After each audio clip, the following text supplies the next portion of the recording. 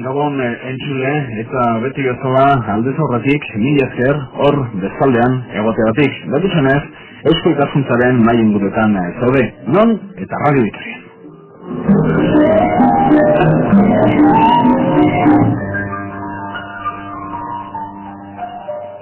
Muy buenas noches.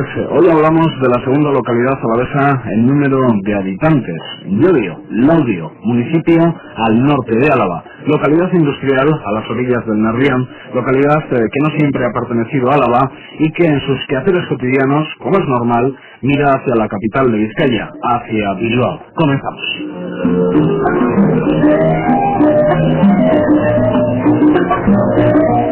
Dos invitados en los estudios de Radio Vitoria. A mi izquierda está Gentza Belaustigoitia, historiador. Gentza, Gabón, muy buenas noches. Gabón, buenas noches. Bueno, he dicho una serie de cosas, yo no sé si todas correctas o alguna incorrecta, porque me apuntabas que desde Vitoria-Gasteiz las cosas hay que decirlas claras. En numerosas ocasiones, incluso locutores de radio y locutores de casa, como es en Radio Vitoria, nos confundimos y decimos Llodio, municipio Ayalés. Esto, por ejemplo, no es correcto. Evidentemente que no es correcto, y el Llodio no es ningún piropo para el llodiano. El decir municipio Ayalés no tenemos nada en contra de los ayaleses, pero no nos sentimos ni somos ayaleses. Ayalés. Es decir, la circunscripción política actual, etcétera, sí, digamos que de Ayala comprende el Llodio, pero nada más el ayuntamiento de Ayala es un ayuntamiento que le llaman de las 24 varas y que ninguna de esas varas corresponde a ellos. Quizás mezclamos cosas con cuadrilla de Ayala y demás. Exacto. La cuadrilla de Ayala, que era la diputación, etcétera, y a veces históricamente comprendía yo y otras no, según los intereses políticos, evidentemente, de la época. Decías, no municipio de Ayalés, porque no es correcto, y algún oyente que ande ahora mismo sintonizando Radio Vitoria habrá dicho, ¿Ayalés o Alavés? ¿Qué está diciendo Gentza? ¿Se sienten Ayalés, Alavés y Alaveses? Esa pregunta tiene veneno. En fin, no cabe duda que Ayala está, y Llodio está del Álava. Ayala antes que Llodio, y Llodio desde 1491, cuando el bueno de Colón pues estaría intentando agraciarse con la reina Isabel para ver si le prestaba unos duros para armar los barcos que tenía que armar para ir a América, a descubrir América o a descubrir las Indias. Y en esa relación entre Álava, Llodio, a lo largo de la historia han ocurrido sus más y sus menos. Sin duda, ha sido una constante, una dialéctica constante hasta finales del 19, en que Llodio se consideraba, y aún en el día de hoy, que se rige por el Foro de Vizcaya. Siempre le interesaba ser Vizcaya, o por lo menos guardar la parte vizcaína que tenía Llodio, por aquello de que existía la nobleza universal. Es decir, que así como en Álava, en la mayor parte de Álava, el régimen era de tipo señorial, con lo cual, pues evidentemente había collazos, pecheros, y lo que quieras, y había hasta nobles. En el caso de Llodio, éramos todos nobles, con lo que llevaba las grandes ventajas de tipo, por de pronto, fiscal, es decir, Llodio era un paraíso fiscal, y luego no hablemos ya en lo penal, etcétera. Tenía grandes ventajas que el llodiano no quería hacerlas perder. Y Gentza Belaustigoitia, historiador, político o ingeniero industrial. Bien, una mezcla de las tres, pero sí me quedaría con mi vida profesional. Lo he pasado verdaderamente bien, me he dedicado siempre dentro de la empresa actividades de tipo comercial, sobre todo exportación. Yo estoy preparado y era un experto en temas de exportación y bueno, al final llegué a ocuparme prácticamente toda la sede especial de Euskadi. Ya sabes que se formó ACENOR, se formó Figuenor y bueno, pues yo era el responsable del comercio exterior de esos mismos. ¿Y cargo político hasta hace 4 días? Sí, bueno, fui y recuerdo con gran cariño, estuve en la Diputación de Teniente Diputado General, luego estuve, bueno, en 3 legislaturas fui de las Juntas Generales y fui también secretario general de Presidencia del Gobierno Vasco y tengo un recuerdo formidable de todo eso. ¿Aparcada y ya en segunda fila la política? Sí, ya estoy jubilado, ya jubilado. Hay otros que no se jubilan, Manuel Fraga y Duerme. Bueno, sí, pero tampoco es esas otras actividades que voy yo. Yo he ido a las otras actividades, siempre estaba en la política, pero sí en la política. Hoy has venido hasta los estudios de Radio Vitoria con Juanjo Salazar. ¿Quién es Juanjo Salazar? Juanjo Salazar, aparte de que es un gran amigo mío, y bueno, esto no lo digo ya ahora porque todavía tenemos que ir a merendar, a ver quién es el que paga la merienda. Es un gran amigo mío, pero es que está aquí porque es el mayordomo de la cofradía de San Roque, pues que yo digo tiene una gran renombre y tiene más de 400 años. Hace el año pasado celebramos el 400 aniversario de la cofradía y él podrá explicaros bien al detalle lo que de esta cofradía de lo que se trata, ¿no? Vamos a ver un poquito, Juanjo Salazar, cuál es la historia de la cofradía de San Roque. Para empezar, muy buenas noches, Gabón. Bueno, Juanjo, sabes que en Vitoria-Gasteiz la patrona es la Virgen Blanca y que también tiene su cofradía de la Virgen Blanca. ¿Puede ser un buen ejemplo para decir lo que representa San Roque y la cofradía para Llodio Laudio? Pues sí, evidentemente, San Roque, patrono actual del pueblo de Llodio, no siempre lo ha sido, puesto que era San Pedro de la Muza, pero como consecuencia de la veneración a San Roque, cuya cofradía se inicia el 7 de noviembre de 1599,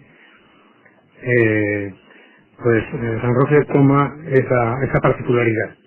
Consecuencia de la veneración que existía a San Roque en una ermita que existía, la cual, como consecuencia de la peste europea que arrasa media Europa, particularmente viene aquí en el 1598, entonces un grupo de llodianos decide crear una cofradía en devoción a San Roque, protector de la peste.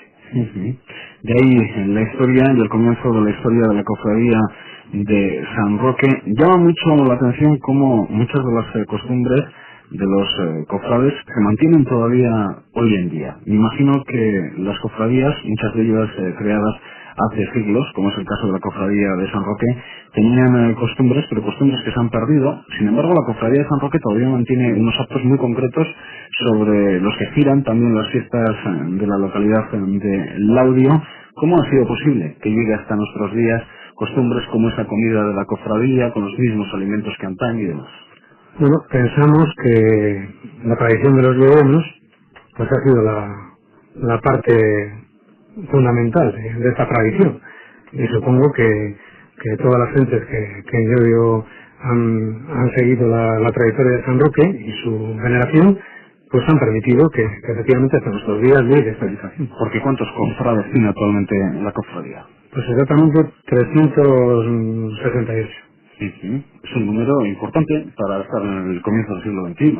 Sí, además creemos que 368 cofrades, pero con todas sus familias y con la devoción del propio pueblo de Llodio, pues es una particularidad muy importante. Sí. ¿Cualquiera puede ser cofrade o hay que tener unos requisitos, existen unas condiciones dentro de la cofradía?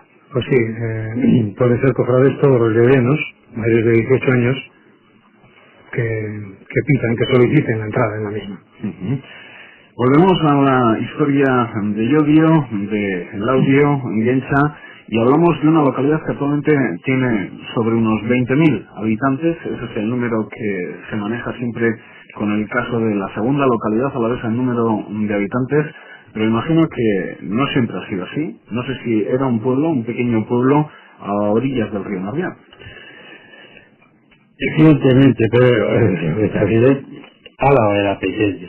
Yo creo que era un pueblo. Era un pueblo con sus, yo recuerdo con sus 50, 60.000 habitantes. Nosotros teníamos 5.000, 4.000, 5.000, hablo antes de los años 60, y pienso que seríamos también la segunda, tal vez justita con Amurrio rozándonos, pero seríamos la segunda población alavesa de aquel tiempo. Pero a partir de los años 60 y la industrialización, pues nos convertimos para el año 70, 71, comienzo de los 70, en 20.000 habitantes. Es decir, que fue verdaderamente un trauma el Llodio, el aluvión de gente que llegó en prácticamente 10 años, debido sobre todo a la expansión industrial de las dos grandes empresas que había en Llodio, que era la vidriera y sobre todo Aceros de Llodio. ¿En qué década? En la década de los 60. Caminos paralelos al de Vitoria-Gasteiz. Sin duda, sí.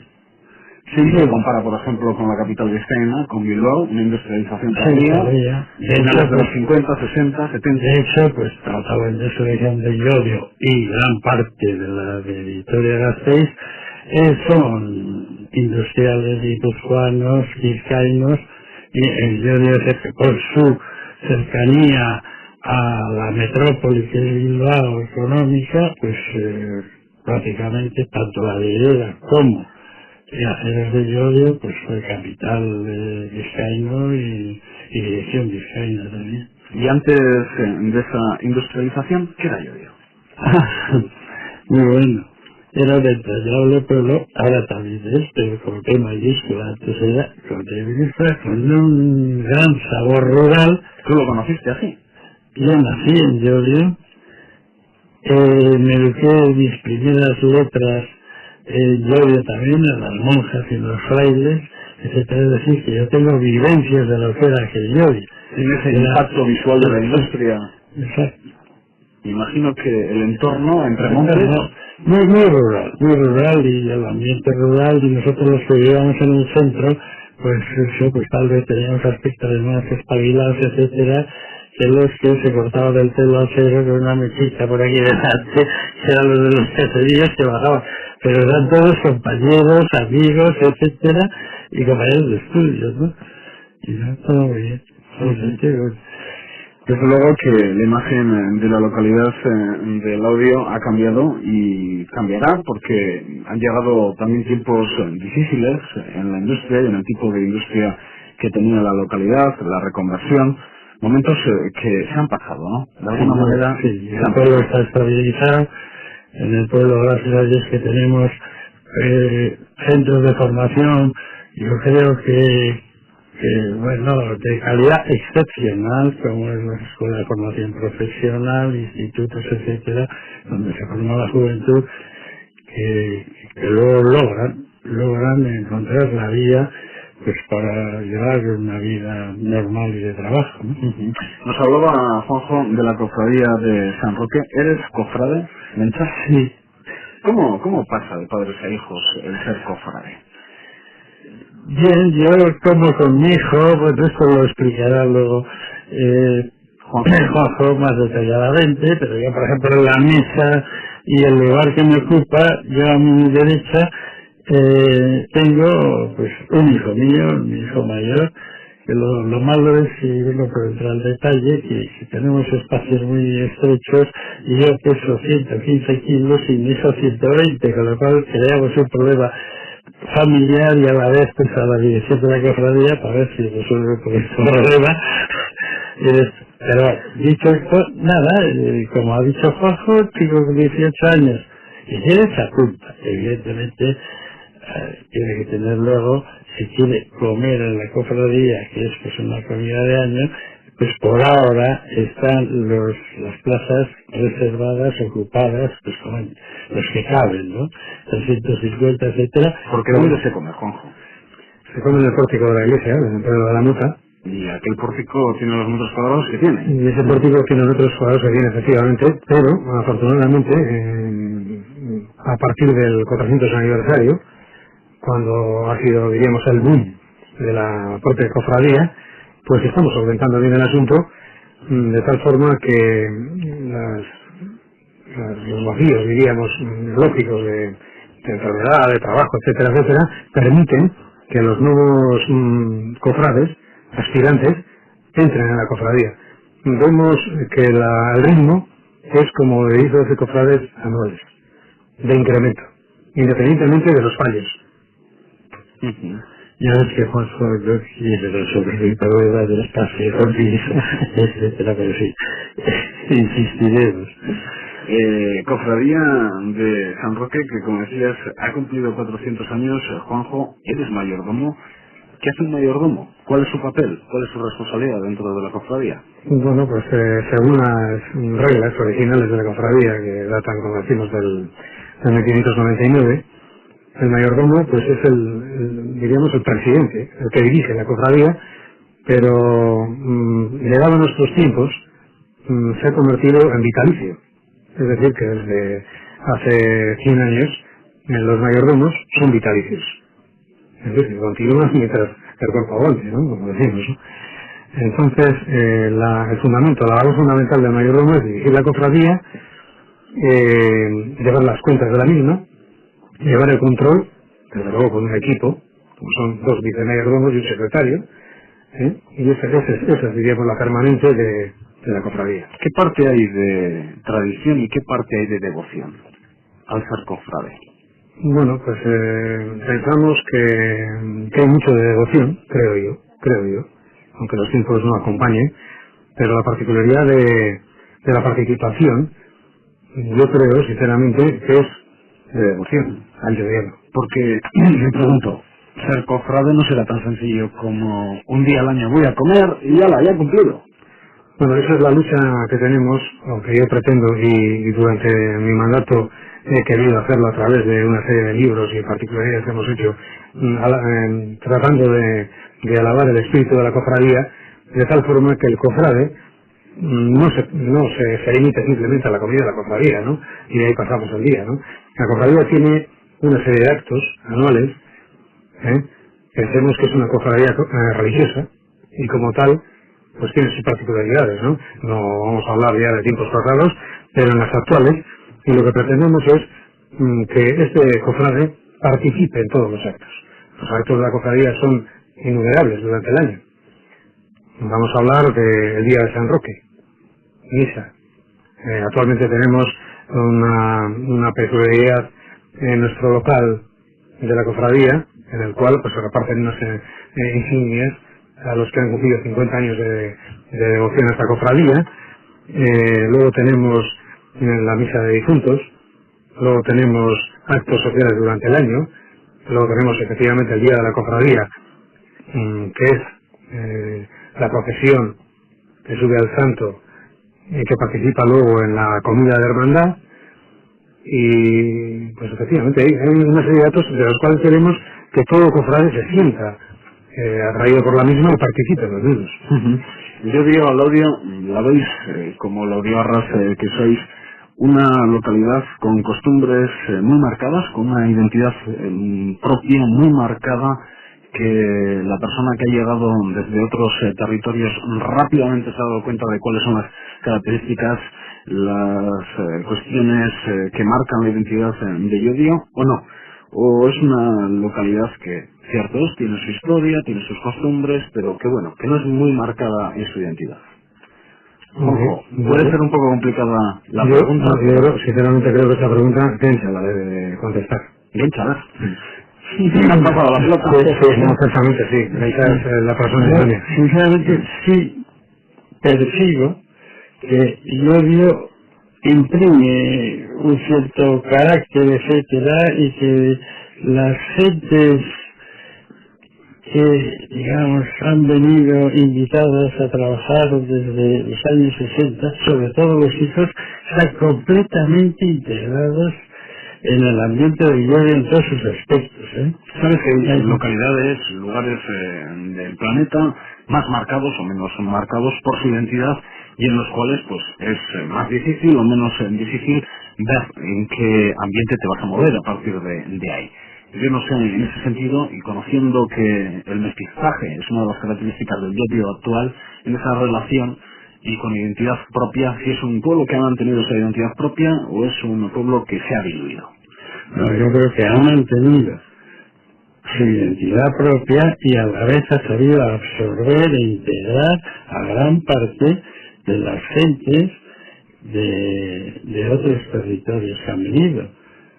Yo observo eso, y no digamos ya en la segunda generación, si esa gente fue joven, se casó enseguida y creó, digamos, juventud, y eso los veo completamente integrados en ellos. Hay un sentido. Sí, Soy de Llodio. Soy llodiano. Exacto. Por ejemplo, tenemos un torero llodiano, pero, joder, con la cantidad de aficionados que son, digamos, sí, pero tiene cerca de identidad de sus padres, etcétera, pues son de todo ese mundo que llegó en los años 60 y principios de los 70. ¿Cómo es? Tiene el nombre artístico Javier Lara. Exacto. Y el a ver, que estoy respecto de los aficionados. No, nombre artístico Javier Lara, pero ahora mismo su nombre como es sobrino del Lendakari José Ibarretxe Malcuarto, y su nombre es de apellido Malcuarto, y el nombre exactamente, el nombre no recuerdo ahora, General Malcuarto. Iker, puede ser. Iker Malcuarto. Ay, Dios mío, pero tú eres de los que le siguen por ahí, viéndole triunfar. No, siendo periodista, Iker Malcuarto y los pues estos expertos en marketing y tal, que lo de Iker Malcuarto le sonaría más para un pelotario de cesta que no para un torero de postín. Y le cambiaron a Javier Lara, que creo que es el segundo apellido de él, Malcuarto Lara, y el nombre pues Javier, que si bien es de alta realidad vasca, pues también es tanto, pues Javier fue un santo universal que... ¿Y por qué hemos terminado hablando de Malcuarto o de Lara? De los toreros. Eso me contará, ¿quién sabe?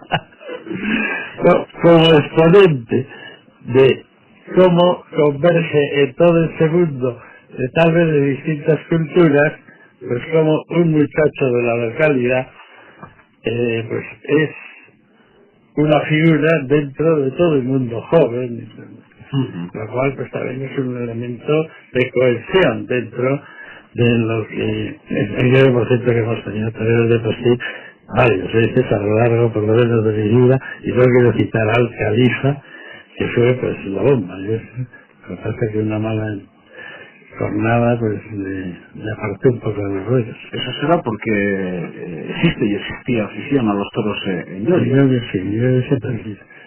En Llodio ha habido una gran afición a la tauromaquia. En mis tiempos yo también fui torero.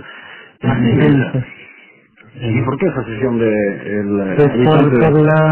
nosotros por la Santa Madre Iglesia, llamamos la pica de afición, y con el cura de Oroz, etcétera, pues que tenía que construir una iglesia, bueno, pues él nos la atamos al ruedo, dar la vida, pero por la iglesia solo, sin más, y verdaderamente le dimos una cantidad de dinero respetable, Yo también puedo decir que efectivamente maté bueno,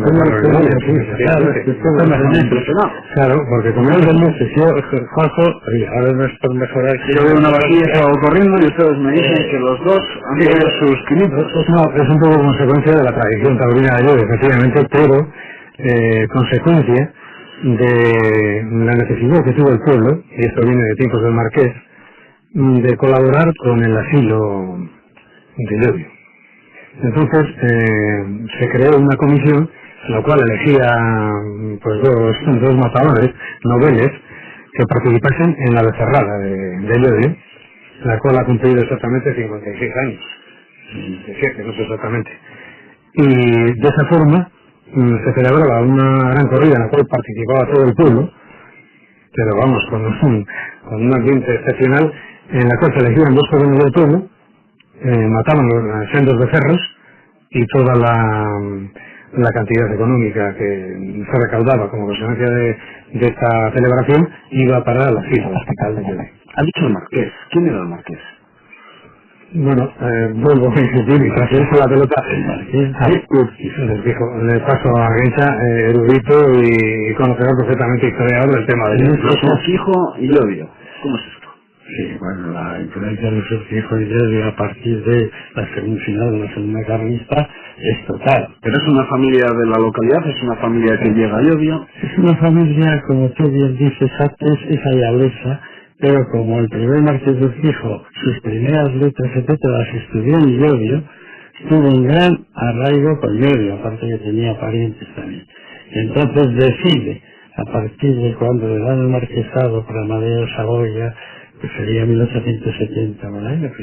Entonces decide ya vivir en Llodio y fue un gran filántropo, y en Llodio creó pues el hospital, las escuelas, el cementerio, que es, hoy es un día de citas, cementerio de Llodio no conoces, mañana es un 12 de noviembre, puedes ir allí con flores o no. Si quieres te invito a dar una vuelta, es un cementerio precioso, es de ver, es de descansar para siempre. Dinero no le faltaba, pero aportó al pueblo. Aportó al pueblo, el primer marqués, ya luego ya el segundo, el tercero, ya fueron, pues no tenían ese carácter filántropo ni de mecenazgo, fueron terriblemente políticos, pues son pues los grandes instauradores del catequismo en el pueblo, etcétera, el catequismo en el sentido propio de la palabra. Se hicieron dueños del pueblo. Y dueños de los terrenos. Exacto, compraron pues prácticamente todos los caseríos que pudieron. Fueron comprando los terrenos y los caseríos y se hicieron con el pueblo. Así es. Esto ha tenido unas consecuencias, me imagino, a la larga para la localidad. Pues sí. Yo no sé si actualmente todavía quedan terrenos de los Urquijos. Bueno, lo vendieron todo. Los pobres, pero había que comprarlos, claro. Sí, pero bueno, ahí ya mal vendieron, etcétera, porque ya querían liquidar.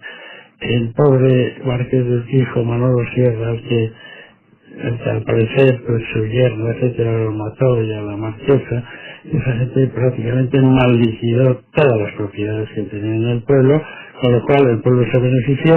Todo lo que es el palacio, su entorno, digamos, la finca Urquijo, que también estás invitado a ver, que es una maravilla, pues ahí por pocas pesetas el pueblo se pudo hacer con ello y realmente es el jardín del pueblo. Vamos, que su origen se remonta a Ayala, y en sus primeros pasos de la familia Urquijo por Llodio aportan al pueblo, son el marqués verdaderamente un mecenas.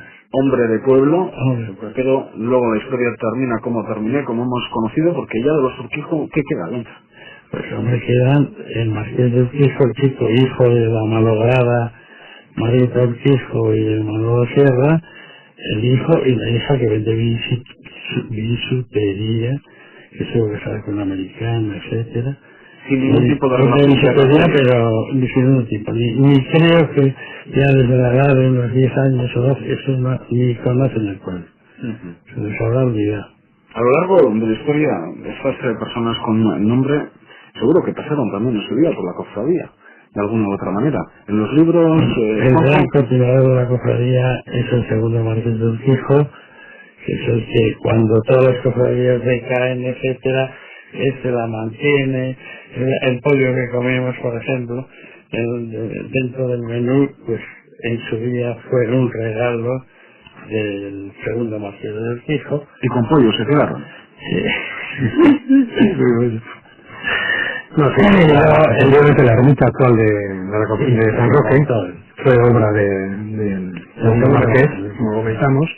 La escultura de San Roque, que actualmente veneramos, también es obra de él.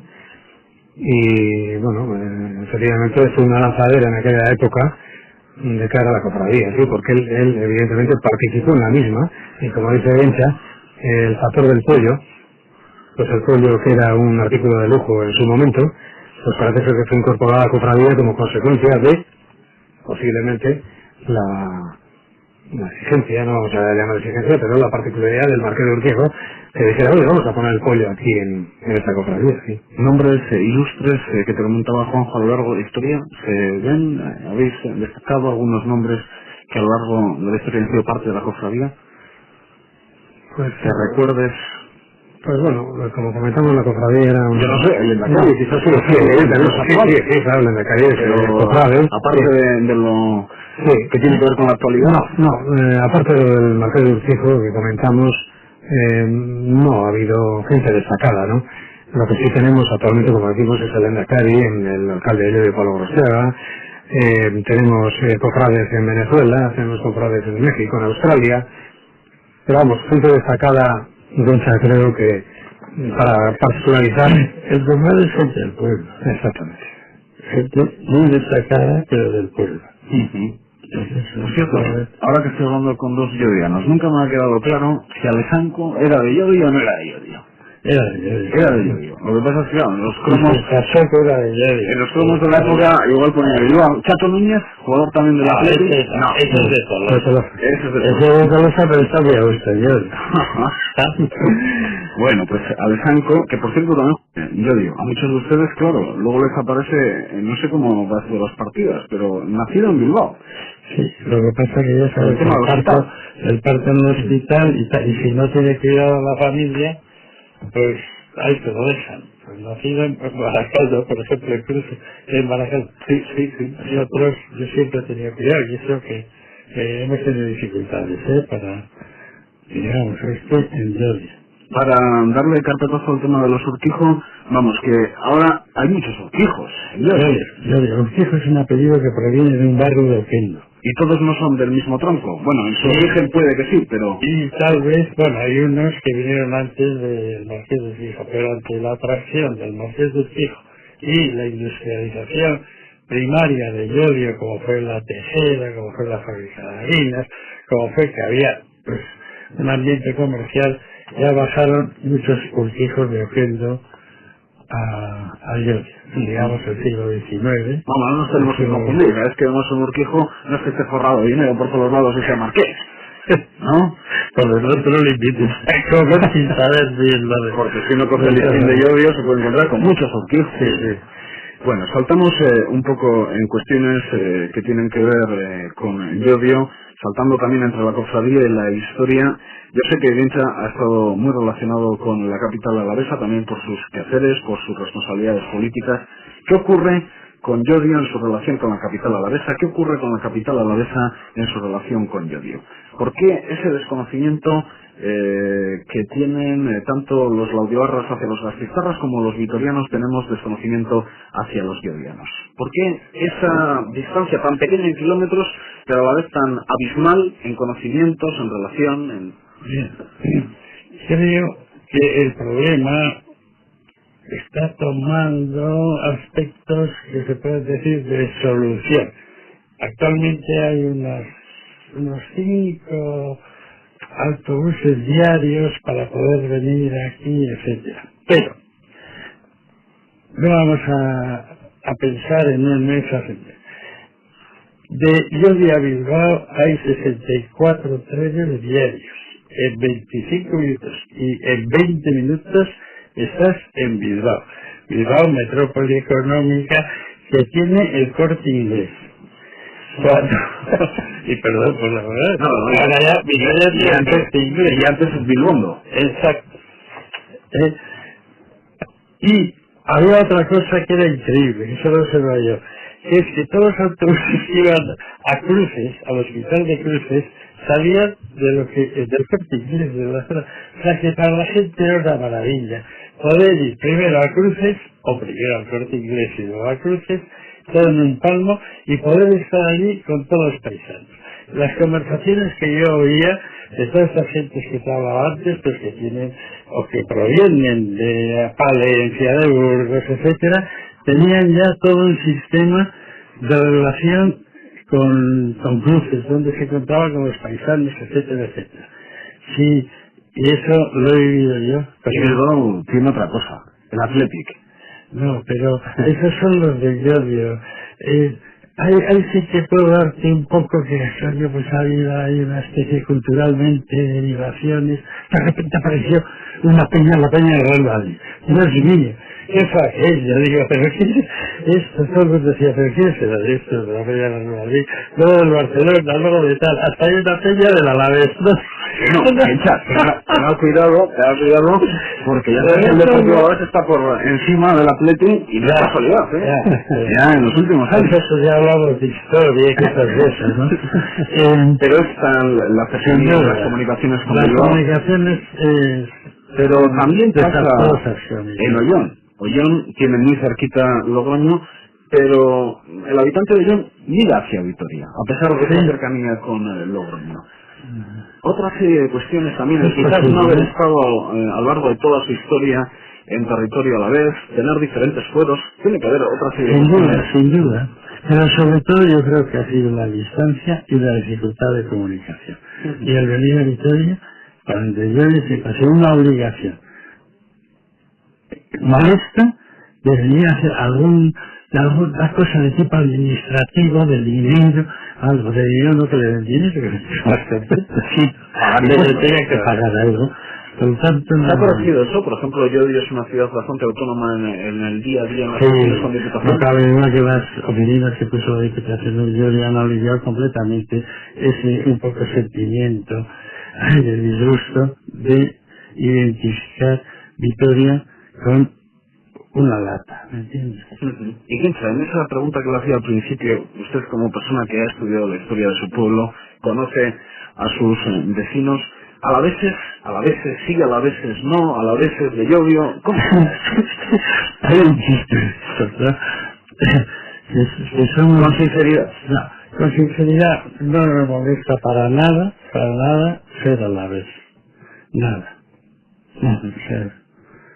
¿Y el chiste?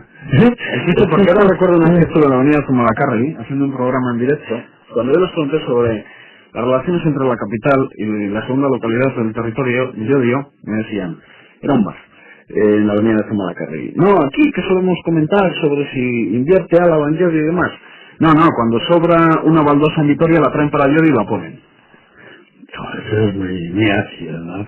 Pero no, eso no es una crítica seria, ¿no? ¿Y el chiste que nos iba a contar? Se me olvidó.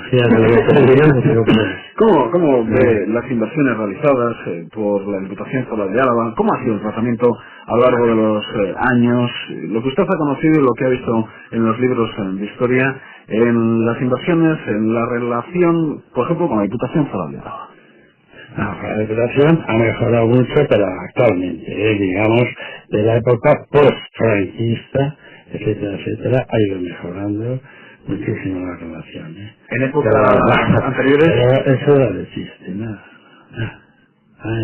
No existía. Nada. No había una inversión. O sea, en Llodio, los funcionarios de la historia de Llodio llamaban a la Diputación de Vitoria. Oiga, la Diputación de Vitoria. Fíjate que una palabra reflejaba un poco el sentimiento. Pero no ha evolucionado mucho, y vamos a... Ha habido gentes que en la Diputación, pues, que han movido, pues, sobre todo sistematizar, ¿no? Las formas de invertir en la provincia, ¿verdad? Por ejemplo, es que digo eso de la provincia, se me cae. En el territorio a la vez, porque en lo demás sí había un cierto sentimiento de Vitoria y la provincia, ¿no? Como diciendo, bueno, en el lenguaje foral hay otra que es decir, la de tierras esparsas, ¿no? Pero igual que soy tierras esparsas, ha evolucionado también, unas veces han sido muchas, otras pocas, ahora todas así. Estas localidades, como yo digo, incluso la capital vizcaína, son localidades con un gran impacto medioambiental, visual, de la industria del momento, por tener que colocar la industria prácticamente en los centros de las localidades, aprovechando el paso de la ría, del río Nervión, ya más abajo, en Ría, y en esta línea, Llodio, por ejemplo, ha sido una localidad castigada en ese sentido visual. Sí, ¿Se puede regenerar? ¿Se puede conseguir que Llodio tenga otro aspecto? Lo está teniendo ya. Lo está teniendo, la diferencia es enorme. Queda mucho por hacer. Por ejemplo, Bilbao tiene en sus planes estratégicos 2010, con planes concretos de recuperar las orillas de la ría. Llodio todavía tiene mucho que hacer en ese sentido. Hombre, siempre tiene algo que hacer, pero es que ha mejorado de tal forma, empezar a criticar o recordar es exagerar. Yo creo que está mejorando muchísimo.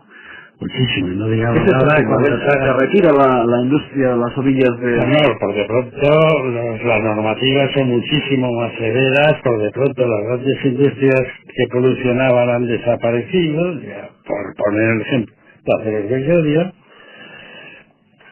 y ahora hay todo un plan de depuración,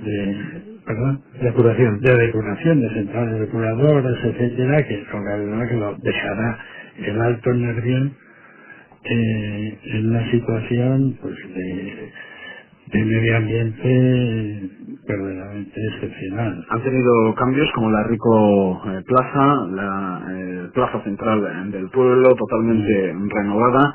Creo que actualmente también se afronta de cara al futuro planes de peatonalización de algunas calles, problemas incluso de aparcamiento, igual que en el centro de Vitoria-Gasteiz.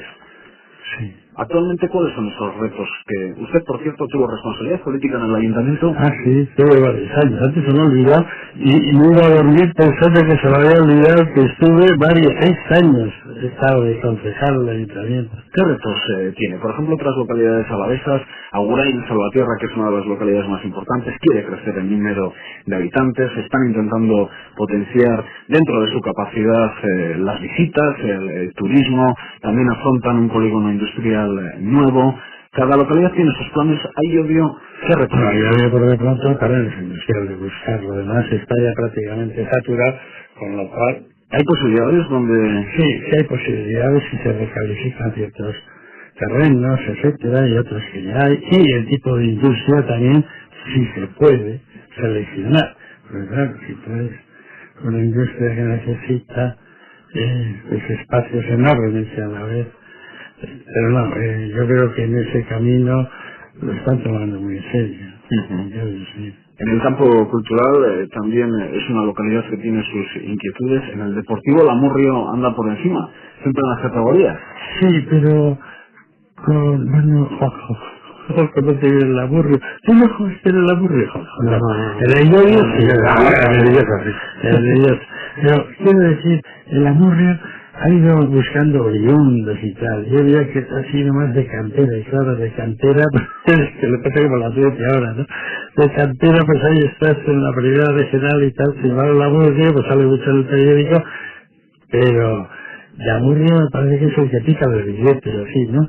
Bueno, a uno que le pone el pantalón corto, bueno, oye, pues eso ya es una muestra. Para muestra vale un botón. Vamos terminando, quisiera terminar con Juanjo con algunas cuestiones de la cofradía, pero el fuero vizcaíno es el que rige en Llodio. ¿Esto qué significa para los que no entendemos mucho de leyes? ¿Qué variedades tiene, qué diferencias tiene sobre los fueros que nos rigen en Llanada Alavesa o sobre el fuero ayalés? Bien, el de Llodio, que es, digamos,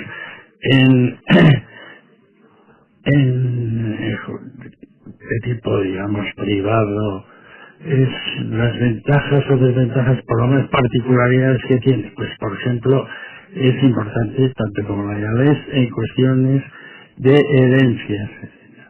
Por ejemplo, no existen en derecho común las... porque nunca me acuerdo de eso, de la obligación que tienen de dar los hijos, de darles una cantidad, las legítimas. Bueno, pues eso... pues son peculiaridades muy importantes en cuestiones de legítimas. ¿Tienen la obligación o no la tienen? No la tienen. No la tienen. Y en Ayala ni eso, bueno, en Ayala ni legítima ni nada. Le das una rama de una teja y una rama de un árbol seco, una esquina, que significa la propiedad, la parte de propiedad, en otros derechos se refleja por legítimas y cantidades que tienes que dar, porcentajes que tienes que dar, pues digamos, eso es de las cosas más importantes. De todos modos, ves en Ayala, familias potentísimas económicamente, mucho dinero, pues están en Ayala, etcétera, y hay muchos consejos de administración de grandes y de grandes empresas, de las principales, consejos de administración, que también hay gente muy de Ayala, etcétera, que tampoco cambiarían la sede de la sociedad, etcétera, pues muchas de ellas físicamente fuera de Ayala, pero registradas en Ayala. Bueno, ellos, sobre todo ellos, ¿no? Porque no interesa cambiar. Pues no interesa, ¿no? Porque no tienes que dejar una peseta si no quieres. Exacto. Y tampoco tienes que ir a la isla Caimán, etcétera, etcétera. Ni Andorra ni cosas así. Exacto, ¿no viste? Sí. Y eso, pues, no, ya se reduce solo, derecho privado y muy estrecho de la creencia. O, por ejemplo, pues tienes una característica también muy bonita, muy típica del fuero de Vizcaya, lo que se llama el alcarpo de Lesoa, que es que yo hago un testamento en favor de mi mujer y la mujer nace en favor de mí, todo, el uno al otro, y entonces el que antes muera, pues al otro me va todo, etcétera. Esa es una forma. El fuero diseño que Enrique e Llodio no Ya el fuero Ayalés, pero sí, no fuera Ayalés, no, pero fuera Ayalés es evidente que tiene, digamos, su fuente vino del fuero de Vizcaya, ¿no? Sí. Muy bien, pues vamos terminando, pero volvemos a la cofradía para recordar esa fecha. ¿Qué día se celebra el Día de la Cofradía, Juanjo? El último domingo de agosto. Último domingo de agosto, por cierto, son las fiestas más largas de Salaverría. Y llevan mucho tiempo hablando de si hay que cambiar fechas, si no hay que cambiarlas, andan ahí en debates, pero tampoco parece que lo tengan muy claro, si cambiar o no cambiar. No me dejan de mente, no. Obviamente todos los años se comenta que el ayuntamiento, que la... Eso lo comentaron, en Tahití, hay una población que no recuerdo cómo se llama, donde estaba Rubén pintando, que se hacían 3 semanas de fiesta. Y yo digo que a veces ya, se van a estar tranquilo. Pero centrándose en unos días muy concretos, ¿no? No creas, porque la naturaleza odia el vacío. Cada año se va llenando y aquí que no hay nada, pues ¿por qué no ponemos el día del soltero y ¿Partidario de mantener la tradición, Gencha, o los tiempos cambian? Bueno, yo creo que los tiempos cambian. Lo que sí es adaptar la tradición a los tiempos que cambian y sobre todo saber lo que es la tradición. Sabes las cosas, no la tradición es una costumbre que viene de hace 20 años como todo, 30, 300 de tirar las cabras por el campanario. No, sino quieres tradición y adaptar a los tiempos modernos. Pero sí respeta las tradiciones. El día de la cofradía, por lo tanto, el último domingo del mes de agosto, ¿qué ritual tiene la comida? ¿Cómo es ese ritual de la comida? Bueno, más bien el comienzo de este día es la procesión que acompaña de la iglesia de San Pedro a la ermita del Santo, y allí se celebra una misa muy bonita en la cual participa la Cofradía de Santa Lucía, y posteriormente pues es efectivamente la comida de hermandad. Ahí comen 4 cofrades de una misma fuente. Sí, efectivamente, siguiendo la tradición, que era el concurso de 4 personas en torno a una fuente, pero con cubierto. Con un tenedor. Con un tenedor. No con la mano, ¿no? Con un tenedor. Sí. La tradición. Claro, con un tenedor, sí. Y según lo que me aporta, el menú es sopa de pistola, garbanzos con berza, vainas, tocino ibérico y tomate. Le sigue el zancarrón con tomate, un cuarto de pollo asado con pimientos verdes fritos, una pera de postre, café, copa y puro. Y esto es así desde hace 402 años. Bueno, no desde hace 402 años, porque precisamente lo que marca la tradición de la cofradía y el Día de las Morcillas, que ese es el que marca, diríamos, un poco la línea de continuidad de la cofradía, era que esto se utilizaba en carnero, evidentemente. No se utilizaba zancarrón. Entonces el carnero este que se mataba a la víspera, su sangre, hacían las morcillas, y con las cuales ofrecían al pueblo. Al día siguiente se comía evidentemente el carnero. O sea, era carnero la carne principal. Hay anécdotas de las cuales Vincha es poseedor, como historiador, de alguien incluso que en su momento, saciado de carne fresca, sacarrón, dijo, y después de un vaído que le dio, le dijo, bendito el que puede morirse con carne de vacuno fresco, ¿no? Menú que es el habitual en las últimas épocas, ¿suficiente para 115 kilos, Gencha? Bueno, tuve una intervención justamente sobre ese tema en la asamblea que tenemos antes, pues diciendo pues que las cantidades deberían ser proporcionales directamente al peso del cofrade y tal. No tengo mucho éxito, pero sí gran comprensión. Y evidentemente sí, pero en la comida no se llena. Claro, sí, pero en la comida los que sirven enseguida aparecen otra vez por allí y cubre las necesidades de todos, incluidas las de ellos. Sí. Pues a los dos, muchas gracias por estar en los estudios de Radio Victoria, dándonos estas notas importantes para conocer más el pasado, presente y algo también del futuro de la segunda localidad en número de habitantes de Álava. Laudio. Lienza Velausti-Goitia y Juanjo Salazar, a los dos, muchas gracias por estar con nosotros. Gracias. Eta zuei, entzulei badakizue, datorren asteburuan, hemen egongo gara berriz, eusko ikaskuntzaren mai inguru berri batian izango da, gaia ikusiko dugu zein den. Agur.